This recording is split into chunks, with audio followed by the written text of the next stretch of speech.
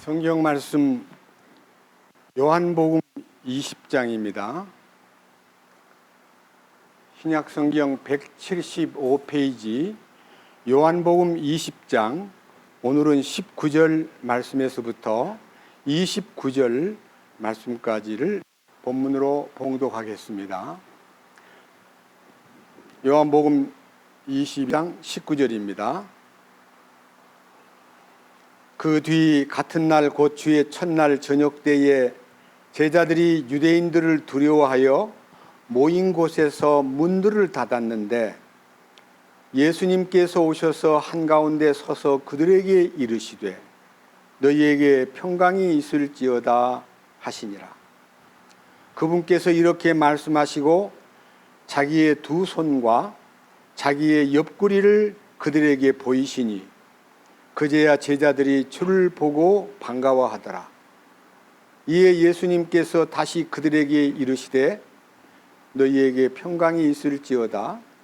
내 아버지께서 나를 보내신 것 같이 나도 너희를 보내노라 하시니라. 그분께서 이것을 말씀하시고 그들 위에 숨을 내쉬며 그들에게 이르시되 너희는 성령을 받으라. 너희가 누구의 죄들이든지 사면하면 그것들이 사면될 것이요 누구의 죄들이든지 그대로 두면 그것들이 그대로 있으리라 하시니라. 그러나 12 제자 중에 하나인 디두모라 하는 도마는 예수님께서 오셨을 때에 그들과 함께 하지 있지 아니하더라. 그러므로 다른 제자들이 그에게 이르되 우리가 주를 보았노라 하였으나 그가 그들에게 이르되 내가 그분의 두 손의 못자국을 보고 내 손가락을 그 못자국에 넣으며 내 손을 그분의 옆구리에 넣지 않고는 믿지 아니하리라 하시니라. 8해가 지나서 그분의 제자들이 다시 안에 있을 때에 도마도 그들과 함께 있더라.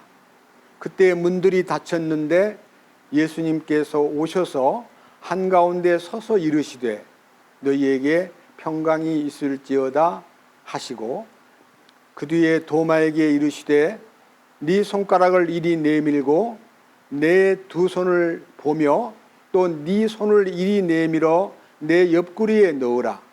그리고 믿음 없는 자가 되지 말고 믿는 자가 되라 하시니 도마가 그분께 응답하여 이르되 나의 주시며 나의 하나님이시니이다 하매 예수님께서 그에게 이르시되 도마야 너는 나를 보았으므로 믿었느냐?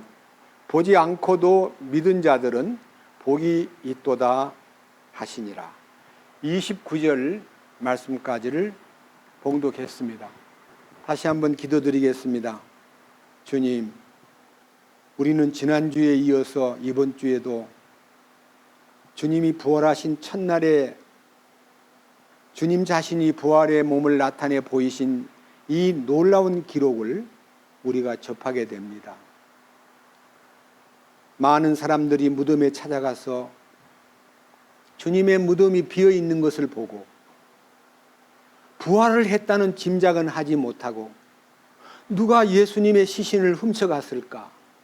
누가 예수님의 시신을 딴 데로 옮기셨을까 하는 안타까움 때문에 울부짖고 슬퍼하고 애타하고 있을 때에 주님이 숨어있는 제자들에게 직접 나타나셔서 자신의 두 손의 못자국과 옆구리의 창자국을 보여주심으로 그들로 하여금 주님이 부활하셨다는 것을 알게 해주셨고 그 놀라운 사실이 2000년 동안 우리들에게 주는 바 그 교훈이 너무 크기 때문에 오늘도 부활하신 주님을 선포하려 할 때에 인간의 방법이나 지식이나 어떤 지혜로 하지 아니하고 주님이 주시는 말씀 속에 담긴 신비를 우리 안에 풀어주시고 우리로 하여금 부활의 주님을 만나는 것이 얼마나 행복한 일이며 우리를 거듭나게 하시고 우리를 변화시켜 주시고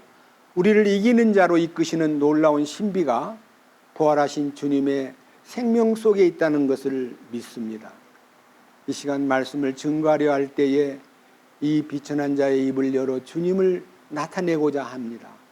주님, 기름 부으심 안에서 우리 각자에게 들을 수 있는 귀와 볼 수 있는 눈과 깨달을 수 있는 마음을 허락해 주시옵소서.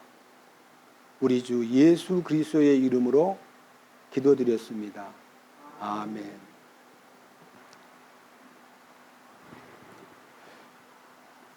지난 주일에는 이 요한복음 20장 1절에서부터 방금 읽은 본문 직전 18절까지 왜 막달라 마리아가 예수님의 무덤 앞에서 그렇게 슬퍼해야만 했는가? 왜 부활하신 예수님을 보고도 동산지기인 줄 알고 선생님, 우리 예수님 시신을 어디다가 옮겨놨나요?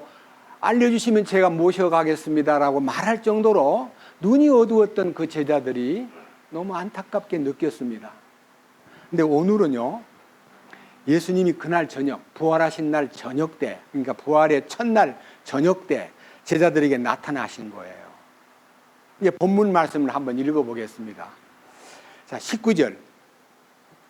그 뒤 같은 날, 곧 주의 첫날 저녁 때에 제자들이 유대인들을 두려워하여 모인 곳에서 문들을 닫았는데 예수님께서 오셔서 한가운데 서서 그들에게 이르시되 너희에게 평강이 있을지어다 하시니라.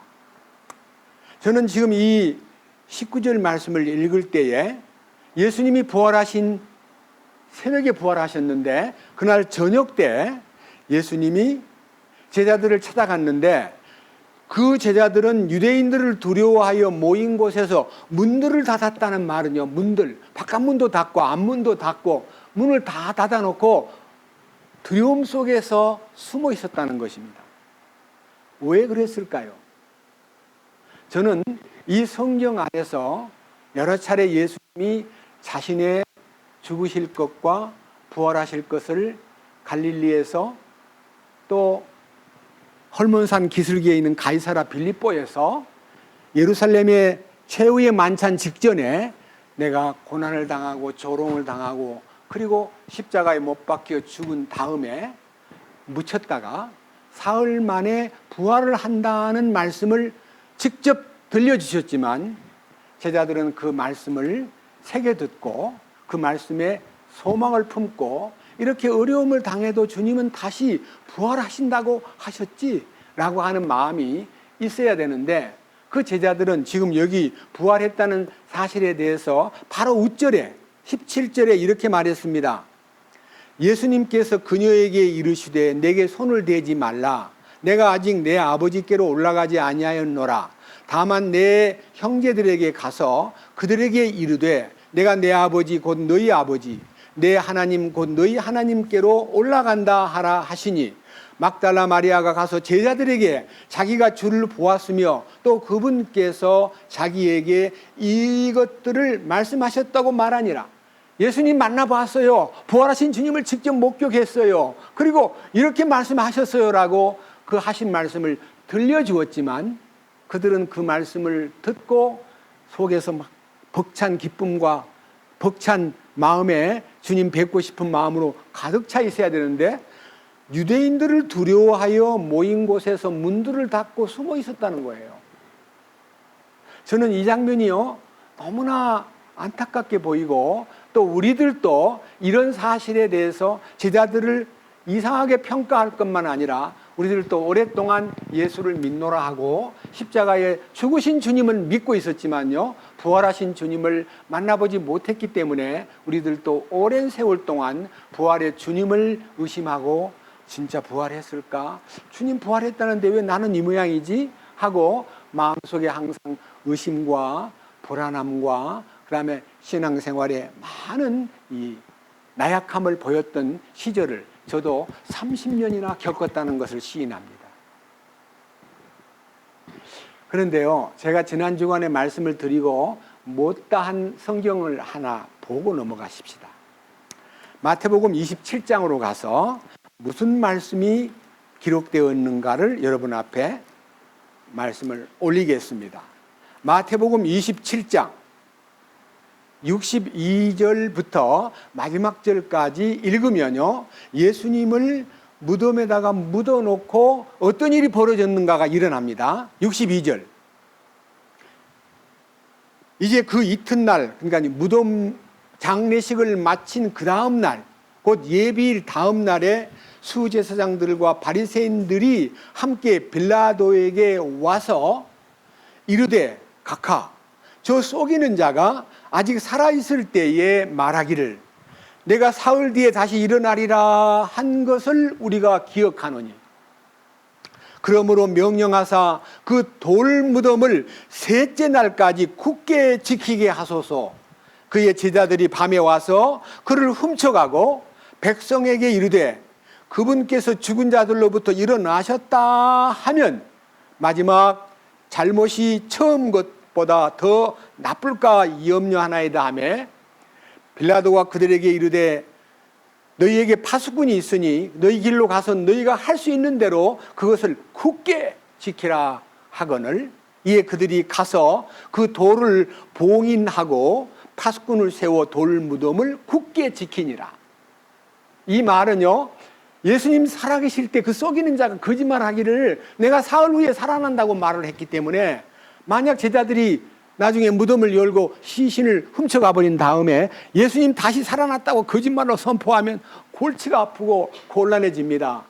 군인들을 보내가지고 사흘 동안 문을 단단히 지켜야 됩니다 하니까 빌라도가 군인을 파송했고 그리고 덧붙여가지고 그 무덤을 봉한 돌 무덤 입구에다가 빌라도의 인봉, 도장을 찍은 인봉이라는 게요, 중요한 서류에는요 많은 인봉을 붙이듯이 무덤에다가 빌라도의 도장을 찍어가지고 이 인봉을 전부 다 이렇게 붙여서 빌라도의 승인 없이 그 무덤문을 열면 사형입니다. 자, 이렇게 해서 무덤을 지키고 있고 무덤의 시신을 훔쳐갈까 봐 군인들이 서 있었는데요, 놀라운 일이요 일어난 거예요. 28장에요 28장에 예수님이 부활할 때 무슨 일이 일어났는가 1절과 2절을 봅니다. 28장 1절. 안식일이 끝나고 주의 첫날이 밝아오기 시작할 때에 막달라 마리아와 다른 마리아가 돌 무덤을 보러 갔는데 보라, 큰 지진이 났더라. 지진이 난 거예요. 이는 주의 천사가 하늘로부터 내려와서는 가서 그 입구에서 돌을 뒤로 굴러내고 그 위에 앉았기 때문이더라. 자, 천사가 나타나가지고 이 무덤 주변에서 지진이 일어나가지고 그 무덤을 지키던 군인들은 다 도망가 버렸어요. 도망을 갔고 그리고 천사들이 와서 지키고 있는 거예요. 이 일로 인해서 한 장을 넘겨보세요. 11절입니다. 28장 11절. 이제 그들이 갈 때에 보라, 파수꾼 중에 몇 사람이 그 도시로 들어가 일어난 모든 일을 수제사장들에게 알리매. 그러니까 예수님을 잡아 죽이는 일에 가담했던 사내들인 제사장들 상당 숫자의 사람들한테 군인들이 가가지고 무덤이 갑자기 열리면서 천사가 나타나고 우리는 지진이 나기 때문에 도망왔습니다. 큰일 났습니다. 이제 보고를 하는 거예요. 파수꾼들이 도망와가지고요, 예루살렘에 뛰어들어가서 그 다음에 예루살렘 바깥에 무덤이 있기 때문에 저는 이제 무덤 위치를 아니까 여러분들한테 말하기가 쉬운데 여러분 짐작하세요. 예루살렘 성 바깥에 무덤이 있고 그들은 성 안으로 들어가가지고 파수꾼들이 예수님 그 놀라운 지진 일어난 일과 그 다음에 무덤 문이 열린 것과 천사가 와 있는 것을 보고 보고를 하는 거예요. 어떻게 하면 좋겠냐고. 자, 12절. 그들이 장로들과 함께 모여 의논하고, 여기는 이제 사내들인에 있는 상당한 공회 의원들하고 모여가지고 어떻게 하면 좋겠냐, 이 보통 문제가 아니다 하고 군사들에게 돈을 많이 주면서 이르되 너희는 말하기를 그의 제자들이 밤에 와서 우리가 잠든 사이에 그를 훔쳐갔다 하라. 예수님을 그 제자들이 와서 우리가 졸고 있는 사이에 문을 열고 예수님 시신을 훔쳐갔다고 말해라. 그 다음 보세요. 14절. 만일 이 일이 총독의 귀에 들어가면 우리가 그를 설득하여 너희를 안전하게 지켜주리라. 만약 총독이 이 문제에 대해서 문제를 삼고 너희들에게 신문하면 우리가 가가지고 변명해가지고 우리가 너희들을 빼내줄 테니 걱정하지 말고 시신을 훔쳐갔다고 말해라. 밑에 보세요. 15절. 이에 그들이 돈을 받고 가르침을 받은 대로 하매 이 말이 이날까지 유대인들 가운데 공통적으로 알려지니라. 지금 이 말이 이날까지라는 말은요, 이 마태복음을 기록할 당시에까지, 예수님 부활하신 것은 서기 30년에 부활했습니다. 마태복음은 서기 60년에 기록이 되었습니다. 그러니까요, 30년 동안 소문이 퍼져가지고 예수님 시신을 훔쳐가 버렸어. 그리고는 부활했다고 말하는 거야 라고 거짓말이 동네 입으로 전달되었다. 예수님은 부활하신 다음에 모든 이에게 나타난 게 아니라 택함받은 제자들에게 꼭 필요한 사람에게만 자기 부활한 몸을 보여주셨고, 그리고 500여 형제들에게 일시에 보인 다음에 승천하셨기 때문에 40일 동안 부활한 몸을 드러내셨지 모든 인간 사람들에게 부활한 자기를 나타내지 않았습니다. 이유는 부활의 생명을 나타내는 것은요, 택함 받은 사람과 사명을 받은 사람과 주님이 선택한 특별한 사람들에게만 나타났기 때문에 사람들은 예수님을 보지 못했다는 이유 때문에 그렇지.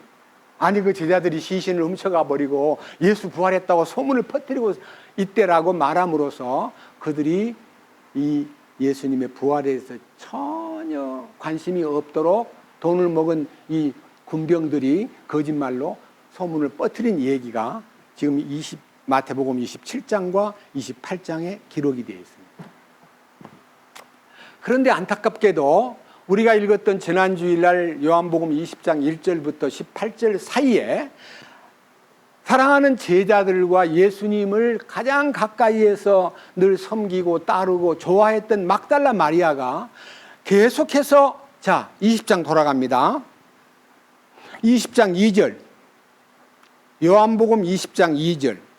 이에 달려가서 시몬 베드로와 예수님께서 사랑하신 다른 제자에게 나아가 그들에게 이르되 그들이 주를 돌 무덤에서 옮겨다가 어디 두었는지 우리가 알지 못하노라. 막달라 마리아가 비어있는 무덤에 예수님 안 계신 걸 보고 부활했다는 생각은 전혀 없고 무덤의 시신을 누군가가 어디로 옮겨놨는 것 같아요 라고 제자들에게 말했습니다. 제자들은 무덤으로 달려가 가지고 예수님이 어떤 상태에서 시신이 옮겨졌는가 가보니까 읽었던 말씀대로 이렇게 기록되어 있습니다. 6절 요한복음 20장 6절. 그 뒤 시몬 베드로가 그를 따라와서 돌무덤에 들어가 보매 아마포가 놓여 있고, 옛날 성경에는 아마포라 되어 있지 않고 세마포라 되어 있습니다. 세마포라는 것은 예수님의 수의가 놓여 있고, 7절.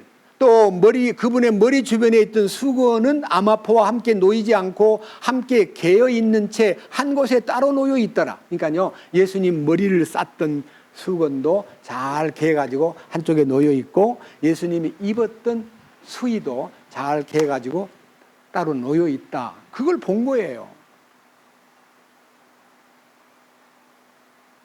그 다음 보세요. 11절. 그러나 마리아는 바깥 돌무덤에 서서 슬피 울더라. 그녀가 슬피 울면서 몸을 굽으려 돌무덤 속에 들여다보고는 흰옷을 입은 두 천사가 예수님의 몸이 놓여있던 하나는 머리 쪽에 하나는 발 쪽에 앉은 것을 보니 그들이 그녀에게 이르되 여자여 어찌하여 슬피 우느냐 하니 그녀가 그들에게 이르되 그들이 내 주를 옮겨다가 어디 두었는지 내가 알지 못하였기 때문이니이다. 그녀가 그렇게 말하고 뒤로 돌이켜 예수님께서 서 계신 것을 보았으나 그분이 예수님이신 줄을 알지 못하더라. 예수님께서 그녀에게 이르시되 여자여 어찌하여 슬피 우느냐 누구를 찾느냐 하시니 그녀는 그분이 동산지기인 줄로 생각하고 그분께 이르되 선생님이여 당신이 그분을 여기서 옮기셨거든 그분을 어디 두었는지 내게 일러주소서. 그리하면 내가 그분을 모셔가리이다. 여기에 11절에서도 슬피 울고 있는 막달라 마리아를 보고 천사가 묻기를 왜 울고 있냐 그랬더니 예수님 시신을 누가 옮겨두었는지 알지 못합니다. 어디 두었는지 좀 알려주세요. 이렇게 천사에게 말했고, 부활하신 주님이 마리아를 보고 있는데 그 마리아는 예수님을 보는 순간에 동산지기인 줄 알고 예수님 시신을 어디다가 옮겨놨는지 좀 알려주시라고 말하고 있는 거예요. 시신을 찾는 거예요. 부활하신 주님을 만난 게 아니라. 그럼 오늘날 여기 계신 여러분들도요, 우리가 주님 죽으신 것을 분명히 믿고 있습니다. 그런데 부활하신 주님을 만났느냐고 물어보면 부활했다는 말은 들었지만 나는 못 만났다는 것이 대부분 우리의 신앙 상태인 것입니다. 여기에서 놀라운 것은요, 그 부활하신 주님을 부활했다는 딴 사람의 얘기를 듣고 알아내는 게 아니라요, 부활하신 주님을 직접 만나야 눈을 뜬다는 것이 보입니다. 여기 20장 지금 읽었던 오늘 본문 말씀을 보겠습니다. 자, 20절 요한복음 20장 20절입니다. 19절에는 제자들이 유대인들을 두려워하여 모인 곳에 문들을 닫아놓고요, 앉아서 쉽게 말하면 벌벌 떨고 있는데요, 주님이 직접 그 안에 나타나셨어요. 그러니까요, 여러분 어떻게 주님은 문도 놓고 하거나 문을 두들기고 문을 열어달라고 말한 다음에 들어와야지 어떻게 문도 닫아놓은 그 문을 그냥 통과해서 들어왔을까요? 부활하신 주님은 시공간을 초월하신 분입니다. 우리는 시공간에 제한을 받고 있습니다. 우리는 지금 현재는 존재하고 있지만 다음 1분 후, 2분 후에 일도 잘 모르고 2분 후에로 갈 수도 없어요. 지나간 시간은 다 놓쳐버렸지만은요, 우리 안에 있는 내일이라는 숫자는 우리에게는 시간이, 우리가 그 시간을 건너뛸 수가 없다 이거예요. 그리고 문이 막히거나 장애물이 놓이면 못 들어가는 것이 우리 인간입니다. 그래서 우리는 시공간의 제한을 받고 마지막 물질의 제한을 받습니다. 그런데 예수님은 시공간의 제한을 받지 않는 부활의 몸으로 그들이 있는 방 안으로 들어오셔가지고 이렇게 말씀하십니다. 너희에게 평강이 있을지어다. 그러니까요, 벌벌 떨고 있는 그들에게 너희에게 평화가 있을지어다. 이렇게 이제 평화를, 살롬이라는 유대인들의 인사로 예수님이 그들의 마음을 안심시킨 다음에 20절에 그분께서 이렇게 말씀하시고 자기의 두 손과 자기의 옆구리를 그들에게 보이시니 그제야 제자들이 주를 보고 반가워하더라는 말은요, 원문에 보면 기뻐하더라 이렇게 돼 있어요. 반갑다고 생각한 게 아니라 정말 기뻐한 거예요. 예수님이 양손의 못자국과 옆구리의 창자국을 제자들에게 또 보여주시는 순간에 그들이 기뻐했습니다. 자, 거기에서 이제 21절과 22절에 주님이 두 가지가 나타나는데 여러분과 저가 이 부분에 대해서 알아야 됩니다. 주님이 부활하신 몸을 보여주심과 동시에 주님이 그들에게 무엇을 부여하느냐 하면요, 21절에 이에 예수님께서 다시 그들에게 이르시되 너희에게 평강이 있을지어다. 내 아버지께서 나를 보내신 것 같이 나도 너희를 보내노라. 어디로 보낸다는 겁니까?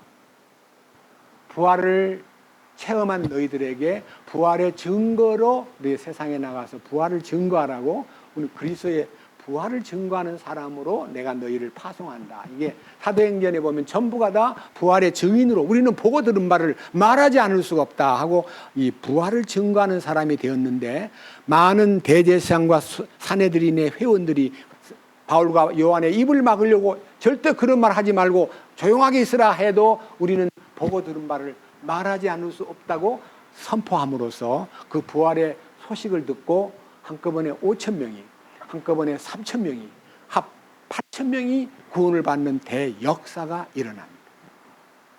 여기 밑에 이제 그것이 이제 22절입니다. 그분께서 이것을 말씀하시고 하는 말은요, 사명자로 심부름을 보낼 때에 그냥 보내는 게 아니라 숨을 내쉬며 그들에게 이르시되 성령을 받으라. 이 얘기는요, 재창조의 스타트입니다. 창세기 2장 7절에 하나님이 사람을 만드신 후에, 흙으로 빚어 인생을 만드신 후에 그들이, 하나님이 그들 속에 숨을 내쉬며 영을 불어넣어 주시고, 영, 그게 성령이에요. 그리고 그 사람들이 그 성령을 받은 순간에 살아있는 혼이 된지라. 살아있는 혼이란 말은요, living soul, 인간의 인격이 형성되는 거예요. 성령이 오셔서 인격을 만든 거예요. 그런데 나중에 성령이 선악과를 따먹고 떠나버렸을 때, 성령이 떠났다는 말은 이제 성령의 역사가 중지되고 공급이 중지되니까요, 영은 죽고 혼은 살아있기 때문에 이 혼이 개망나니 혼이 되어버리는 거예요. 무슨 혼이냐면 사탄의 악령이 와서 뒤집어 씌워가지고 선을 악으로 바꾸고 의를 불의로 바꾸고 참을 거짓으로 바꾸고 하나님의 거룩한 아름다움을 더러운 것으로 바꿔가지고 인간은 추악하기 짝이 없고 더럽기 짝이 없고 거짓말 잘하고 완전히 하나님의 의를 등진 죄의 생산 공장이 되어버린 겁니다. 그래서 지금 인류는 죄 속에서 물 먹듯이 죄를 마시고 그 죄를 합리화시키고 그 죄에 대한 논쟁을 많이 하는데 그 죄를 정리해 줄 사람이 이 땅에 아무도 없었습니다. 고작 재판을 하는 재판관들이 사람을 죽였다든지 도둑질 했다든지 남에게 손해를 끼친 것에 대해서 상당한 이제 분별을 해가지고 판결을 내리기는 하지만요, 그 판결을 내리는 그런 심판관마저도요, 그들 속에는 죄가 들어앉아 있는 겁니다. 그러니까 죄를 해결하고 판결하고 죄를 옳고 그름을 나누어 줄 사람은 예수님 한 분밖에 없는 것입니다. 오늘 이 부활의 주님에 대해서 첫째는 부활의 증인들에게 사명을 맡기고 이 일을 세상에 전파하라. 그리고 성령을 통해서 그 일을 너희들이 해야 된다고 말씀해 주었는데, 재미있는 거는요, 23절입니다.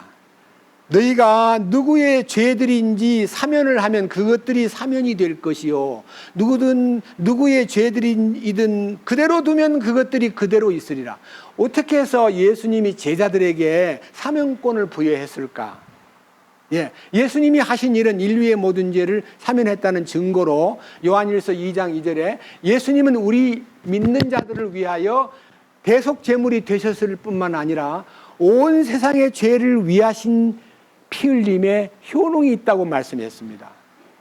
예수님이 모든 인류를 용서했기 때문에 우리는 우리만 용서받고 그들은 용서 못 받았다고 무시할 게 아니라 용서받은 죄인이라는 것을 알면 용서받았다는 사실을 알게 해주는 일이 우리가 할 일입니다. 그런데 너희가 그대로 내버려두면 그들은 그대로 망한다.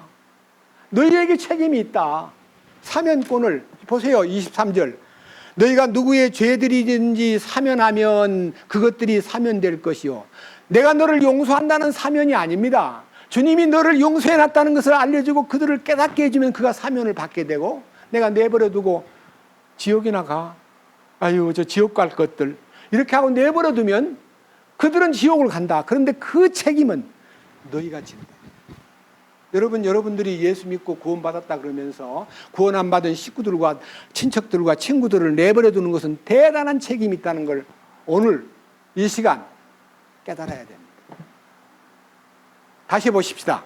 요한 1서 2장. 이 말씀은 꼭 보고 넘어가야 되겠습니다. 요한 1서 2장은 저 뒤에 계시록 바로 앞에 있기 때문에 364페이지로 넘어가야 되겠습니다.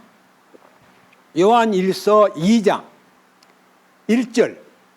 나의 어린 자녀들아, 내가 이것들을 너희에게 쓰는 것은, 이 요한 1서를 기록한 목적은, 내가 이걸 왜 쓰고 있느냐 하면은 너희가 죄를 짓지 않게 하려 함이라.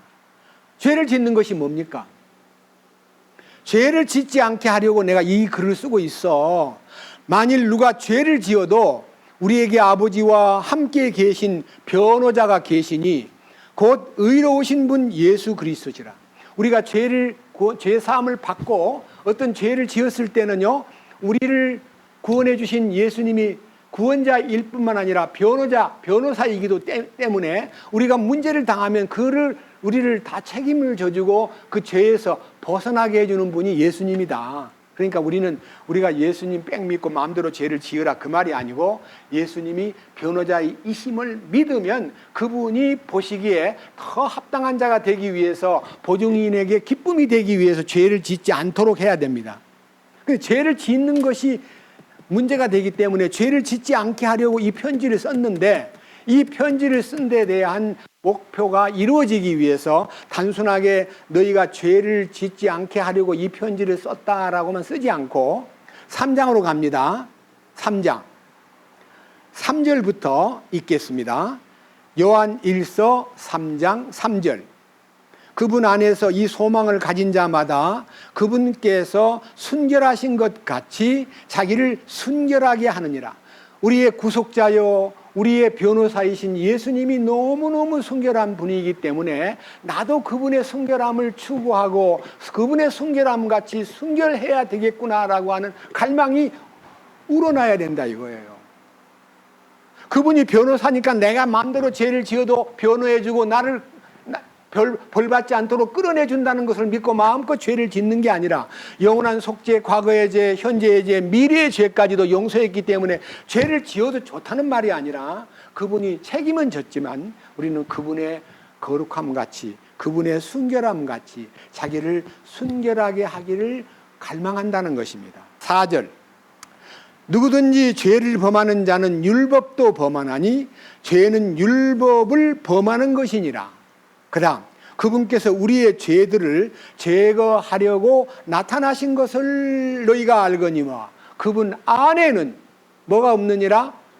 그럼 예수님은 우리 죄를 없이 하려고 나타나신 분인데 그분이 하는 말이 내 안으로 들어와.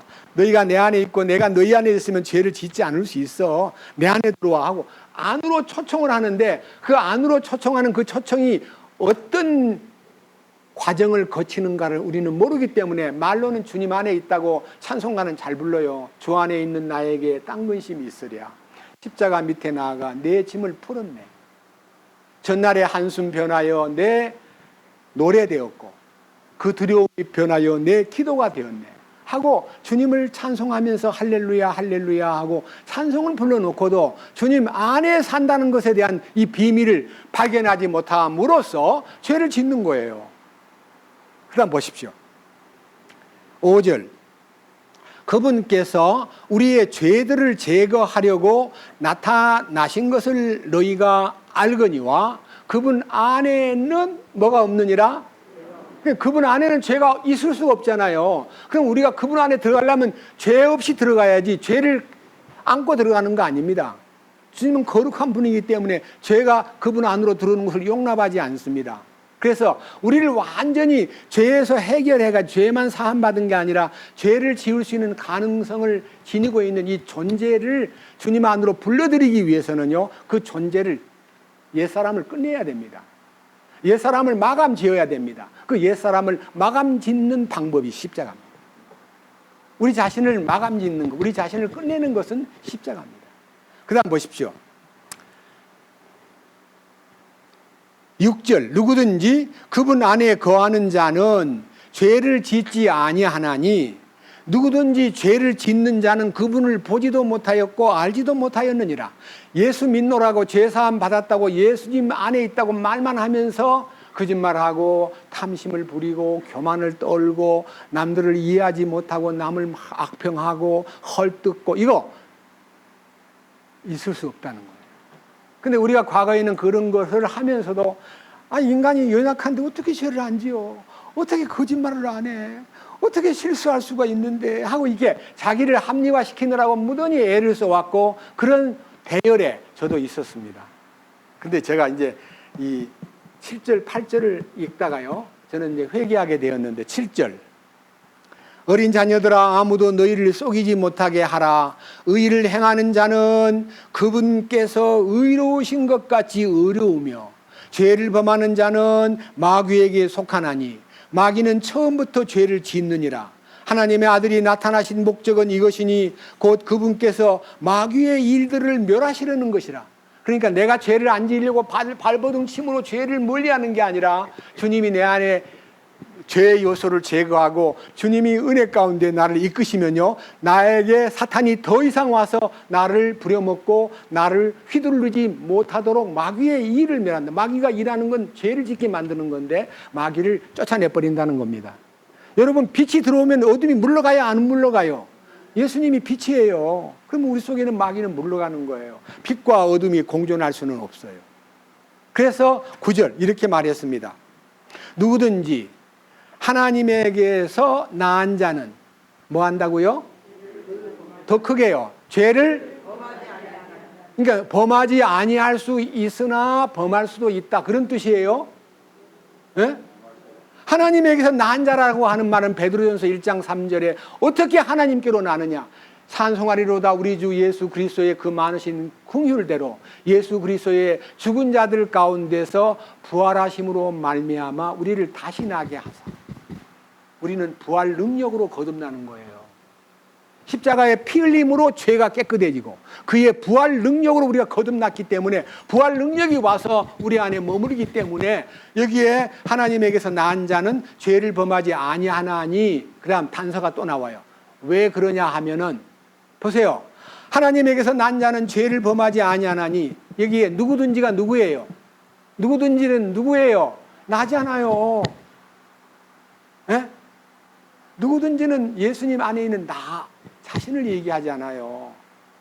누구든지 하나님에게서 난 자는 죄를 범하지 아니하나니 이는이란 말은요 그 앞에 말을 접속시킨 왜냐하면 이는 그분의 씨가 옛날 개혁성경에는 하나님의 씨가 그 속에 머물러 있기 때문이라. 하나님의 씨가 뭐예요? 말씀이잖아요. 말씀이 내 안에 딱 머물러 있기 때문에 죄가 들어와도요 면역 체계 그것을 킬러 세포라 그래요. 면역 기전이 킬러 세포예요. 속에요 면역이 강한 킬러 세포가요 병균이 들어오고 암세포가 들어오고 온갖 것이 막 들어와도요 잡아 먹어버리는 거예요. 뭐 침투하지 못하게 침투해가지고 어디든지 구석구석을 다니면서 이 암을 발생시키는 요건을요 그냥 암세포를 먹어버리는 거예요. 끊임없이 암세포가 우리 입을 통해서 우리의 모든 온갖 기능을 통해서 이 호흡을 통해서 들어오는데 그걸 잡아 먹어버리는 거예요. 그는 하나님의 씨가 그 속에 머물러 있기 때문이요. 그 다음 한 장 넘겨보세요. 그는 여러분 다 같이 따라해 보세요. 하나님께로서 났으므로 하나님에게서 났으므로 죄를 지을 수 없느니라. 죄를 지을 수 없다는 이것이요 너무 놀라운 일입니다. 이 얘기를 하니까요 상당히 많은 사람들이 미쳤다 그러고요 저것도 정신 나간 소리 한다. 지가 그러면 죄를 짓는가 안 짓는가 한번 보자 하고 저한테 직접 찾아와가지고 죄를 짓는가 안 짓는가 한번 보고 싶습니다 하고 나한테 대들고 주먹을 불끈 쥐고요 한 방 먹이려고 그래요. 그럼 제가 그냥 때려봐 때려봐. 그럼 바보짓을 해요? 네가 나를 때린다고 해서 내가 죄를 짓는 게 아니라 내 안에 계신 주님이 죄 짓지 않도록 나를 돌본다는 거다. 지키시는 분이 크다는 거다. 요한일서 5장 자 넘겨보세요. 368페이지 요한일서 5장 18절 똑같은 얘기입니다. 누구든지 하나님에게서 낳은 자는 죄를 짓지 아니함을 우리가 아노니 오직 하나님에게서 난 자는 자신을 지키심으로 저 사악한 자가 그를 건드리지 못하느니라. 그러니까요 우리를 지키시는 분이 그 사악한 사탄이 더 이상 건드려 놀고 우리를 이용해 가지고 죄 짓게 만드는 그런 일을 못하게 막아주신다 이 말입니다. 믿습니까? 네. 내 힘으로 죄를 안 짓는 게 아니에요. 나 죄 안 짓는다 이러면요 교만한 사람이에요. 나는 죄를 지을 수 있습니다. 연약하기 때문에. 그러나 우리 주님이 연약한 나에게 그 강함을 나타내시기 위해서 내 안에 오셔서 우리는 갈수록 낮아져야 돼요. 나는 아닙니다. 나는 못합니다. 나는 주님 앞에 아무것도 아닙니다 하고 자기를 부인하고 십자가만 바라보고 있을 때 주님이 나 대신 모든 일들을 끌어가신다는 거예요. 이 얼마나 놀라운 신비예요. 이런 신비를 말씀을 통해서 규명하고 이것이 나의 삶 속에 적용되고 내 생활 속에 나타나는 일은 정말 행복한 일이에요. 그런데 이제 재밌는 얘기를 하겠습니다. 자, 요한복음 20장으로 갑니다. 자, 이 일이요, 실제로 이제 부활하신 첫날 저녁 때 일어난 사건인데 24절입니다. 요한복음 20장 24절. 그러나 12제자 중에 하나인 디두모라 하는 도마는 예수님께서 오셨을 때에 그들과 함께 있지 아니하더라. 그러므로 다른 제자들이 그에게 이르되 우리가 주를 보았노라 하였으나 그가 그들에게 이르되 내가 그분의 두 손의 못자국을 보고 내 손가락을 그 못자국에 넣으며 내 손을 그분 옆구리에 넣지 않고는 믿지 아니하리라 하니라. 너무 놀라운 얘기가 나타납니다. 이 도마라는 사람은요, 예수님 나타났을 때 12제자라는 말은 표현했지만요, 11명이에요. 가룟 유다는 떠나버렸고 11명이 모여있을 때 오셨고 10명이 모였을 때 오셨고 도마가 빠져 있었어요. 근데 도마가 예수님 만난 그들의 얘기를 듣고 우리 예수님 못자국을 보고 예수님 창자국도 보고 우리 주님 만났다고 그러니까 나도 예수님의 못자국과 그의 창자국을, 옆구리의 창자국을 만져보지 않고는 나는 못 믿어. 아주 굉장히 이 타입이 A형 타입이에요.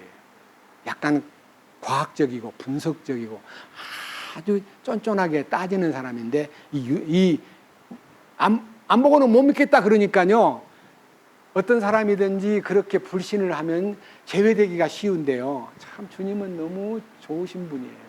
보세요, 26절 여드레가 지나서 그분의 제자들이 다시 안에 있을 때에 도마도 그들과 함께 있더라.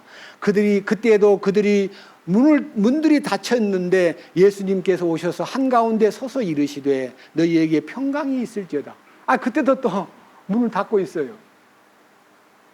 그때도 그 두려움이 사라지지 않았어요. 예수님의 숨결이 나타나고 성령의 충만함이 이루어지고 사명도 부여받고 이제는 주님이 주시는 그 거룩한 뜻이 그들에게 나타났건만 그들은 활동하지 못하고 있는 거예요. 그 활동하지 못하고 있던 그들에게 주님이 승천하시면서 예루살렘을 떠나지 말고 내가 너에게 약속한 성령을 기다려라 하고 이제 오순절날 성령이 임하실 것을, 그때 성령은요, 예수님이 지금 요한복음 20장 22절에서 숨결을 통해서 나타나신 성령은 생명의 성령이고요, 사도행전 2장에 나타난 성령은 일하는 성령입니다. 이 역사하는 성령, 능력을 나타내는 성령. 성령이 구분돼야 돼요. 이미 이들에게 성령이 왔어요. 그런데 도마가 나는 그분 옆구리에 창자국과 두 손에 못자국을 보지 않고는 못 믿겠다 그러는데도 주님이 야, 도마는 빼버려. 그런 놈이 어디가 있나? 봤으면 다 따라와야지 하고 야단을 치는 게 아니라요, 직접 나타나가지고 도마에게 보여주시는 거예요. 도마야, 내 손에 못자국을 보아라. 내 옆구리에 창자국을 손으로 한번 넣어봐라. 이렇게 아주 자유롭게요. 27절 그 뒤에 도마에게 이르시되 내 손가락을 이리 내밀고 내 두 손을 내 손을 이리 내밀어 내 옆구리에 넣으라. 그리고 믿음 없는 자가 되지 말고 믿는 자가 되라 하시니. 저는 여기에서요, 잠깐 이제 여러분들에게 도마의 이제 이 제자로서의 기록이 어디에 나와 있냐면요, 사복음서 속에서 마태, 마가, 누가복음 이 세 복음서 안에는요 제자로 부르심을 받은 장면만 도마 얘기가 나오고 요한복음에만 도마 얘기가 많이 나옵니다. 딴 데는 전혀 안 나옵니다. 도마는 어떤 면에서 그렇게 제자들 중에 숫자를 세보니까 12제자로 호명된 중에 7번째 제자로 호명이 돼요. 마태복음 10장으로 한번 가보겠습니다. 마태복음 10장 1절 그분께서 자기의 12제자를 부르사 그들에게 부정한 영들을 대적하여 그들을 내쫓으며 온갖 종류의 질환과 온갖 종류의 질병을 고치는 권능을 주시니라.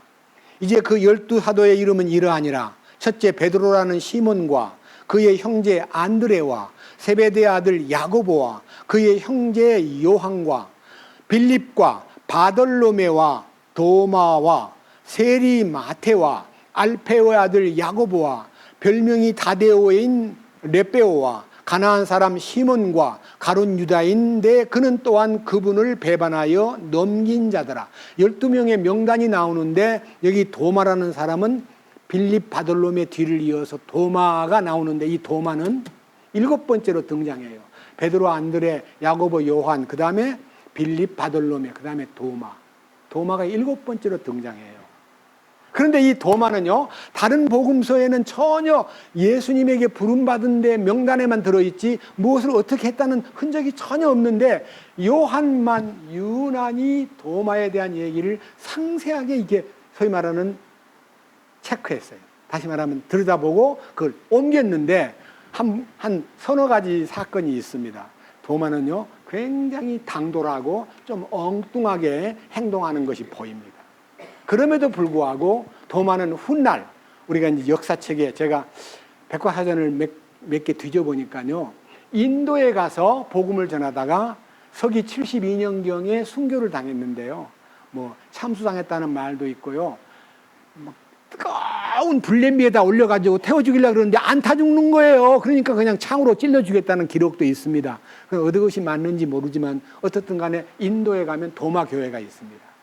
도마가 인도까지 와서 복음을 전했고, 혹시 여러분들이 도마를 이렇게 이제 인터넷에 들어가가지고 서치해 보면요, 우리 한국 땅에도 왔다 갔다 하는 기록이 조금 있으나, 꼭 이제 그 영주에 가면 어느 돌바위에다가 이름이 도마라고 써 있는 도마, 히브리 말로 도마라고 써 있는 글자를 보고 도마가 여기까지 왔다 그러는데 왔다는 역사적인 증거가 없기 때문에 이걸 함부로 말하기는 어려우나 어떻든 간에 도마가 한국에도 왔다 갔다 하는 얘기가 있습니다. 그런데 이 도마에 대한 기록이 요한복음에 있는데요, 요한복음의 기록을 한번 여러분 앞에 소개해 줌으로써 이 도마로 인해서 나타난 주님이 나타내신 축복이 있기 때문에 한번 관찰할 필요를 간절히 느낍니다. 먼저 요한복음 11장을 보겠습니다. 요한복음 11장은요, 나사로가 병들었다고 예수님에게 소식을 전하는 그 사건이 요한복음 11장 사건입니다. 1절, 이제 나사로라는 어떤 사람이 병들었는데 그는 마리아와 그녀의 언니 마르다의 고을 베다니 출신이더라. 그 마리아는 향유를 주께 붓고 자기 머리털로 그분의 발을 닦던 자더라. 그녀의 오라비 나사로가 병들었더라. 그래서 그녀의 누이들이 예수님에게 사람을 보내어 주여 보소서, 우리 오라비가 사랑하는 주께서 사랑하시는 자가 병들었나이다 하고 이제 이 병들었다는 소식을 전해가지고 빨리 좀 오셔서 우리 오빠를 좀 도와주세요, 살려주세요 하고 말했는데, 자 넘겨보세요.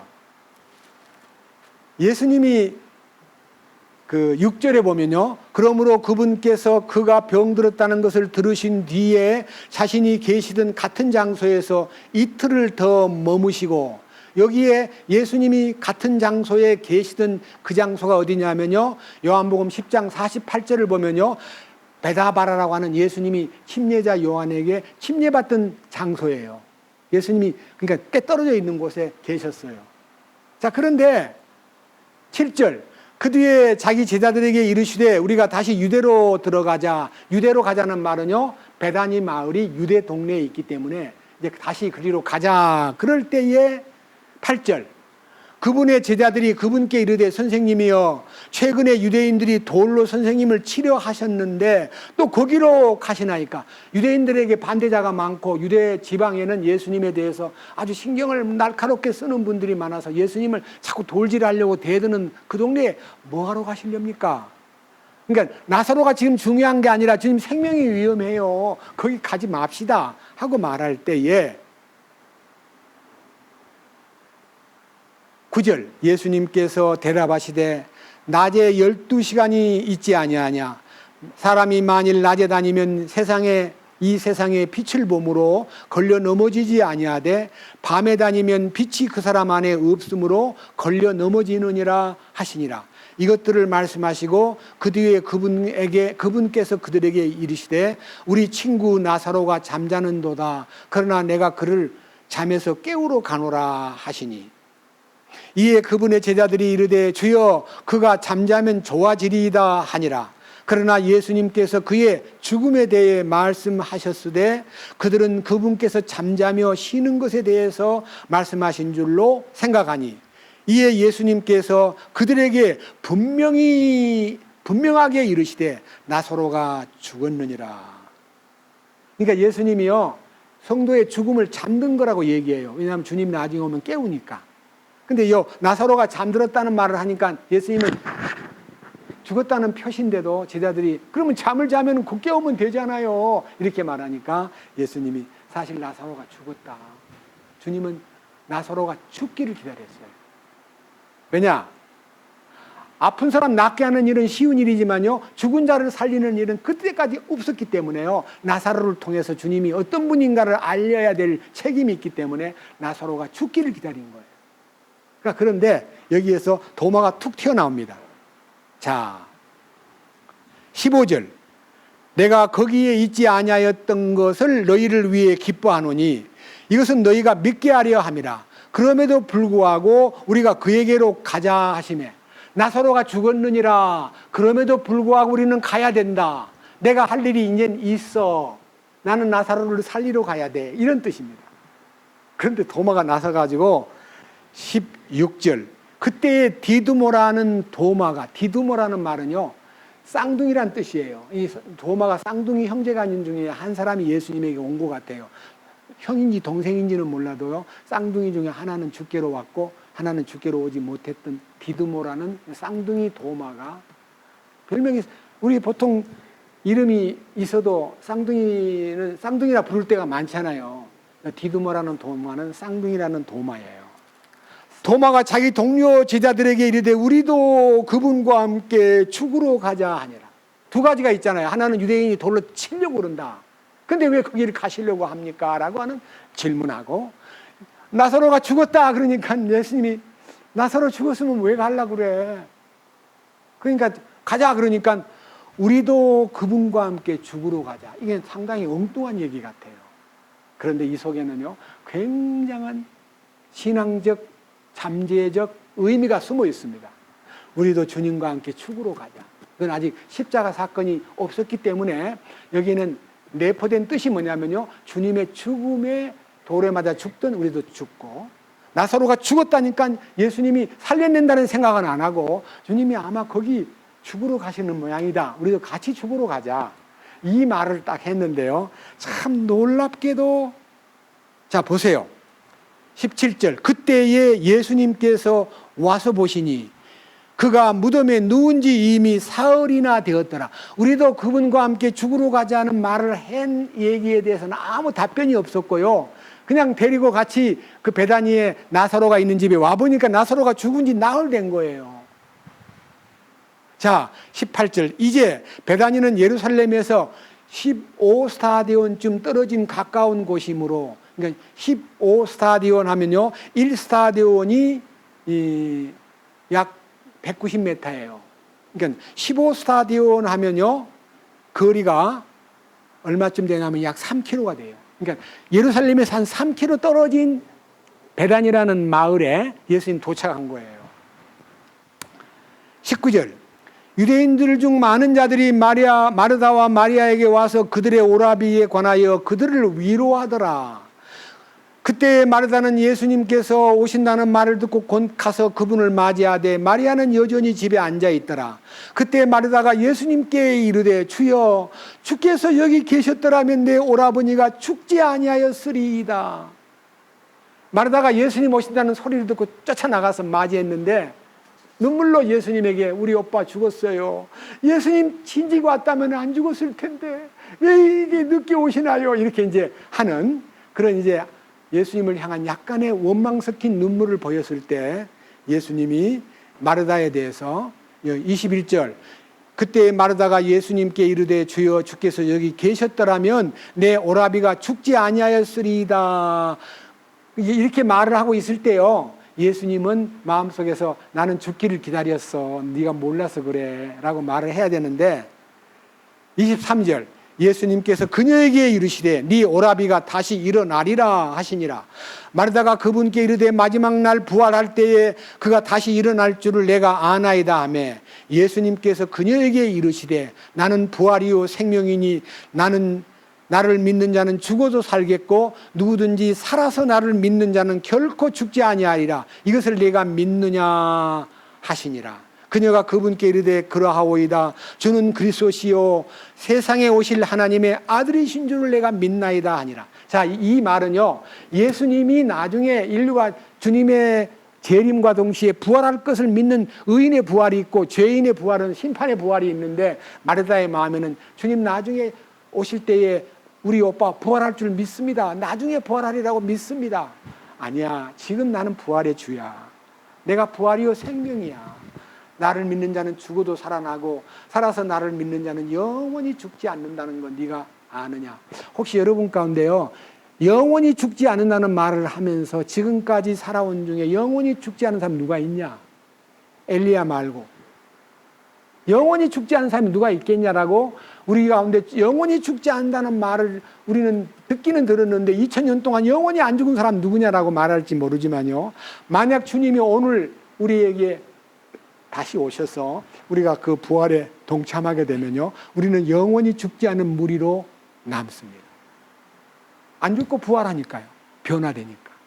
그 숫자예요. 먼저 간 성도는 죽은 자 가운데서 일어나고 우리 살아남은 자가 변화가 되어서 공중에 들려 올라가는데 그때 우리는 죽음을 맛보지 않고도 이 세상을 떠나는 사람이 되기 때문에 영원히 죽지 않는 사람으로 기록될 사람들이에요. 만약 우리 주님이 오늘 오신다면.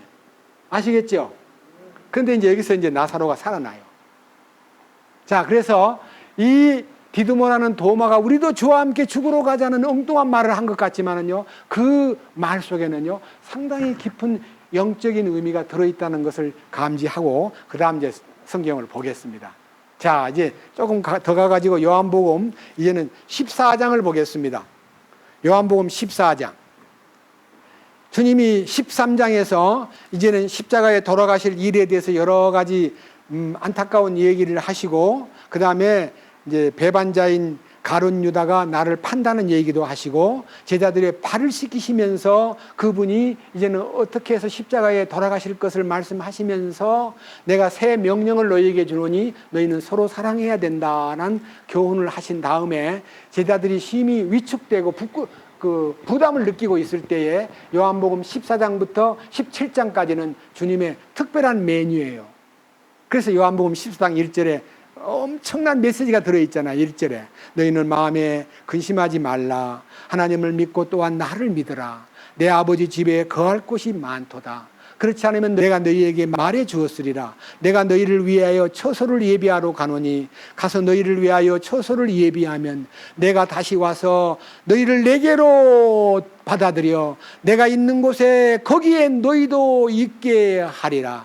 내가 어디로 가는지 너희가 알고 또 그 길을 너희가 아느니라. 이렇게 이제 주님이 길을 열어주신다는 약속을 이제 주님이 이 땅에 와서 길을 안내해 주는 사람이긴 했지만요, 진정한 주님이 가시는 그 길이 여기 요한복음 14장 16절에요. 주님이 자기가 이렇게 말씀하셨어요. 14장 6절에서 16절까지 예수님께서 그에게 이르시되 내가 곧 길이요 진리요 생명이니 나를 통하지 않고는 아무도 아버지께로 오지 못하느니라. 16절 내가 아버지께 구할 터인즉 그분께서 다른 위로자를 너희에게 주사 그분께서 영원토록 너희와 함께 거하게 하시리니 곧 진리의 영이시라. 그래서 이 예수님이 길이요 진리요 생명 되시는 분이라는 것을 이 세상에서 성경 중에 가장 귀하게 뽑히는 성경이 요한복음 3장 16절, 요한복음 3장 16절, 그리고 요한복음 14장 6절. 이게요, 이 세상에서 가장 예수님을 나타내는데 필요한 성경 구절 중에 하나인데 5절에 도마가 이렇게 말합니다. 내가 가는 길을 너희가 알게 될 거다. 그랬더니 도마가 주께 이르되 주여 주께서 어디로 가시는지 우리가 알지 못하거늘 어찌 그 길을 알겠나이까. 주님이 십자가의 길에 대해서 말할 때 이 도마는 도대체 이해가 안 가는 거예요. 어디로 간다는 건가? 우리는 모르겠는데 어디로 간단 말입니까? 하고 이제 질문을 던졌을 때에 이 불의의 명귀, 불의의 어느 구절과도 바꿀 수 없는 내가 곧 길이요 진리요 생명이니 나를 통하지 않고는 아무도 아버지께로 오지 못한다는 그 말씀이 도마의 질문 때문에 답이 나온 거예요. 그런 의미에서요, 도마가 굉장한 공로를 세운 사람이에요. 쉽게 말하면 아니 예수님 우리가 어디로 가는지 알지 못하는데 주님 간다는 그 길이 어디예요?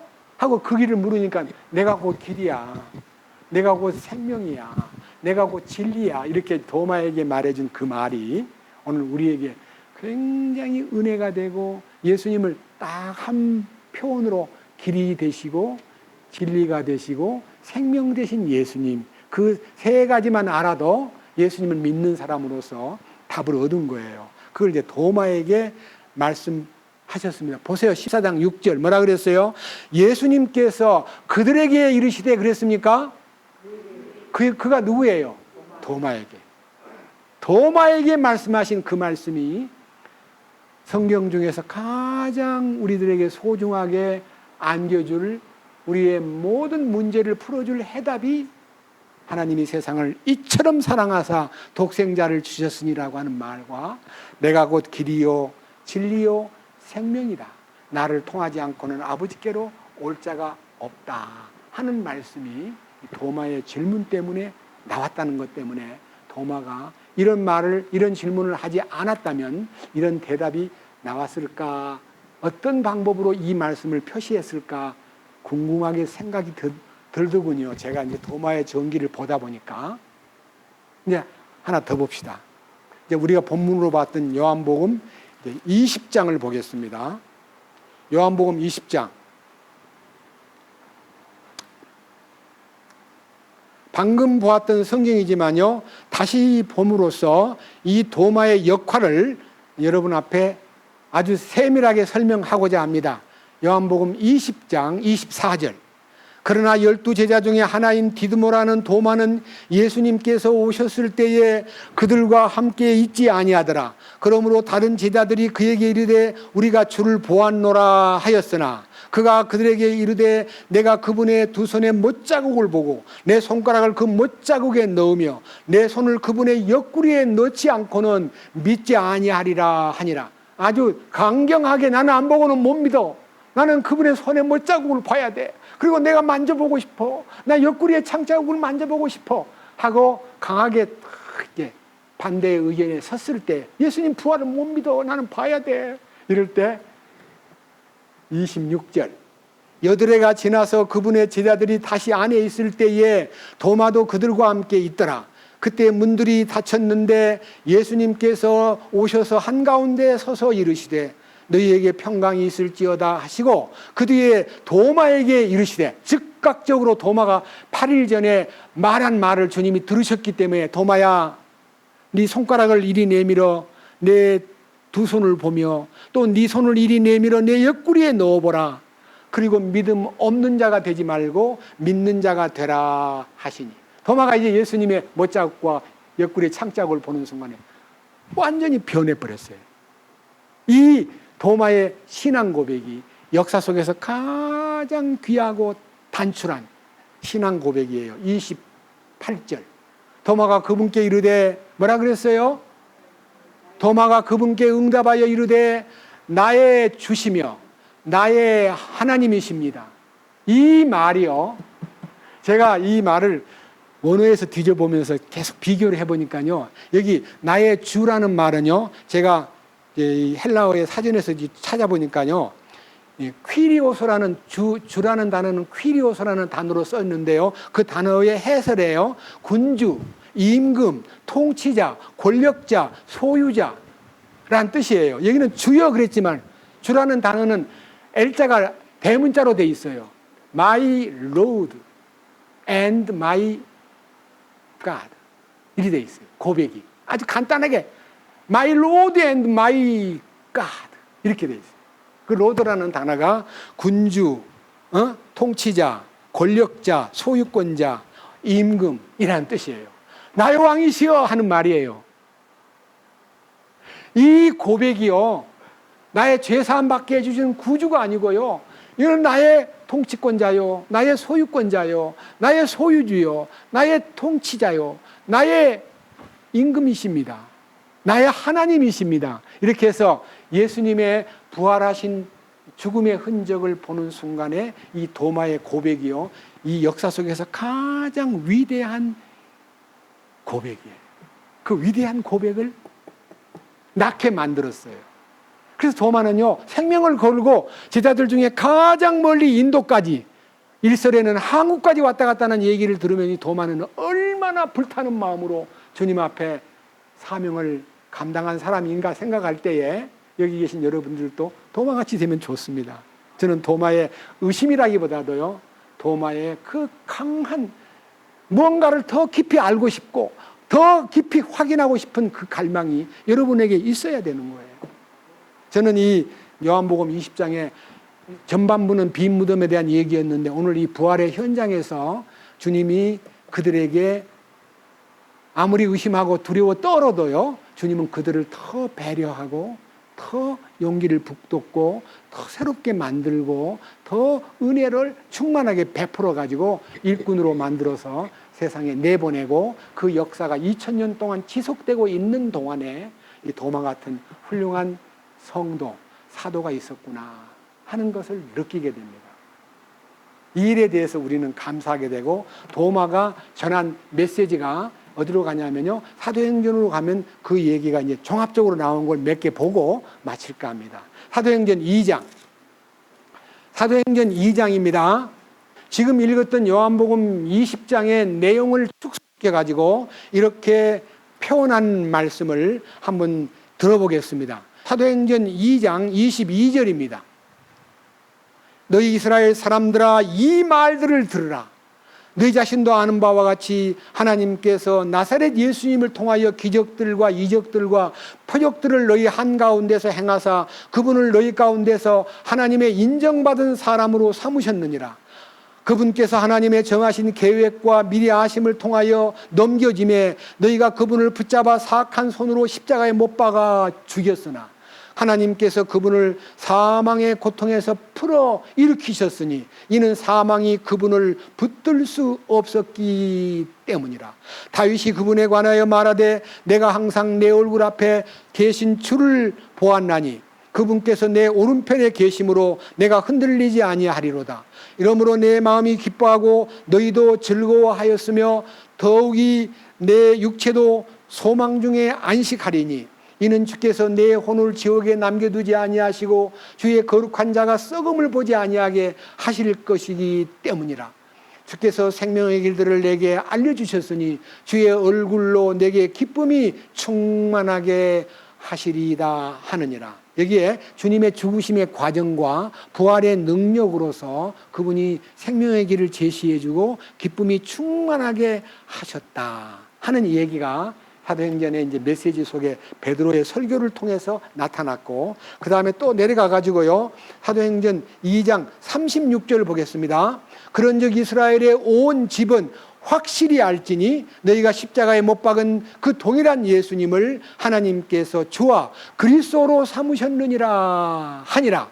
이제 그들이 이 말을 듣고 마음속으로 찔려 베드로와 나머지 사도들에게 이르되 사람들아 형제들아 우리가 어찌할꼬 하거늘. 이 베드로의 설교를 듣고 십자가에 못 박아 죽으신 예수님과 다시 살아나셔서 주와 주, 아까 말한 주라는 단어는 퀴리오스라는 단어입니다. 왕이시요 통치자요 주권자요 권력자이신 주가 되시고 그리스도가 되셨다. 이 말을 듣고 마음에 찔려서 우리가 어찌할꼬라고 막 부르짖을 때에 이 설교를 듣고 놀랍게도 그 말씀을 듣고, 자 41절, 그때에 그의 말을 기쁘게 받아들인 자들이 침례를 받음에 바로 그날에 3,000명 가량이 3,000혼 가량이 그들에게 더해지니라. 3,000명이 한꺼번에 구원을 받는 거예요. 핵심이 뭡니까? 죽었다가 다시 사신 주와 그리스도가 되셨다는 거예요. 우리가 그분을 주로 맞이하고 그리스도로 맞이하는 것은요, 구원받은 것에 대한 고백이 아니라요, 그분을 왕으로 모시고 우리가 그분의 통치 속에 사는 것이 진정한 구원입니다. 마음대로 내 마음대로 사는 거 구원 아닙니다. 죄사함 받았다 하면서 죄 짓고 사는 거 구원이 아닙니다. 그분이 내 안에 오셔서 나를 장악하고 통치하면 나는 죄 짓지 않는 사람으로 살 수 있는 길이 열리는 겁니다. 이 얼마나 놀라운 신비입니까? 하나 더 보고 마치겠습니다. 사도행전 이제는요, 마지막 부분 10장을 보겠습니다. 10장 39절.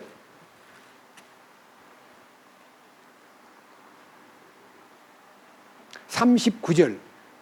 베드로의 설교입니다. 고넬료의 집에 가서 베드로가 설교를 하는데 설교 내용은 34절부터 있지만요, 중간 토막부터 잘라서 말씀을 올립니다. 39절, 우리는 그분께서 유대인들의 땅과 예루살렘에서 행하신 모든 일의 증인이라. 그들이 그분을 나무에 매달아 죽였으나 하나님께서 그분을 셋째 날에 일으키시고 그분을 공개적으로 보여주시되 온 백성에게 보여주지 아니하시고 오직 하나님께서 미리 택하신 증인들 곧 그분께서 죽은 자들로부터 일어나신 뒤에 그분과 함께 먹고 마신 우리에게 보여주셨느니라. 부활하신 주님은 아무한테나 보여주는 게 아니라 특별한 택함 받은 사람에게만 자기를 나타내 보인다 이거예요. 43절, 그분에 대하여 모든 대언자들도 증언하되 누구든지 그분을 믿는 자는 그분의 이름으로 말미암아 죄들의 사면을 받으리라. 죄 사면을 사명으로 받은 그들은 이 고넬료의 집에 있는 식구들과 친구들에게 그분이 죽었다가 다시 삶으로 인해서 우리에게 모든 죄가 사면되었다 하고 죄 사면권을 발휘하고 있을 때, 44절, 베드로가 아직 이 말을 할 때에 성령님께서 말씀을 들은 모든 사람에게 임하시네. 그렇습니다.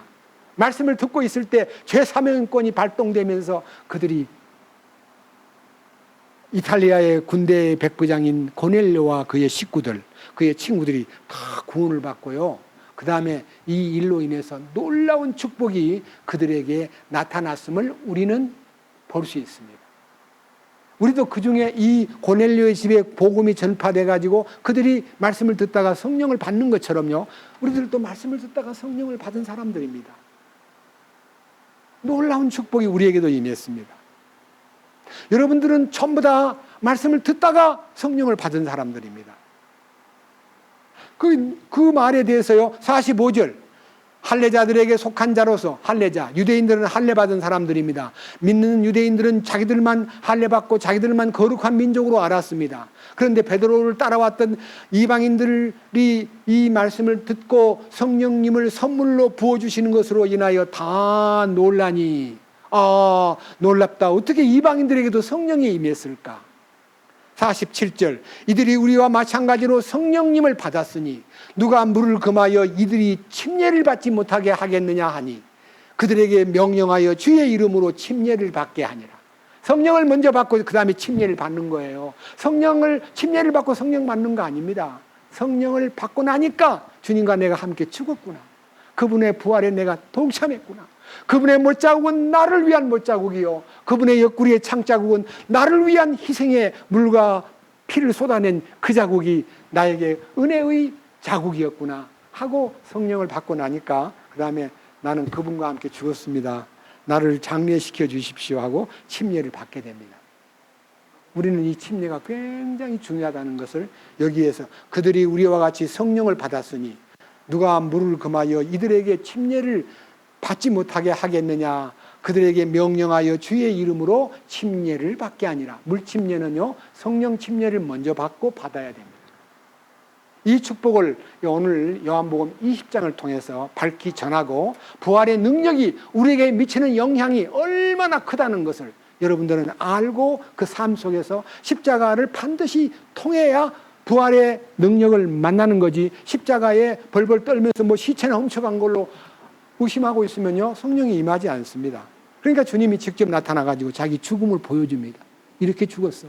못자국은 너를 위한 못자국이야, 창자국은 너를 위한 창자국이야 하고 이 십자가와 내가 연합이 될 때에 성령이 오시는 거예요. 주님을 찬양합니다. 주님 감사합니다. 오늘은 요한복음 20장에 있는 이 도마의 얘기를 통해서 성령이 임했을 때에 그들이 눈이 열리고, 그리고 놀라우신 당신은 나의 주인이십니다, 나의 통치자이십니다, 나의 군주이십니다, 나의 지배자이십니다, 나의 소유자이십니다, 주님은 나의 하나님이십니다 라고 고백할 수 있는 이 축복을 우리 모두가 함께 누릴 수 있도록 이끄시옵소서. 우리 주 예수 그리스도의 이름으로 기도드렸습니다. 아멘.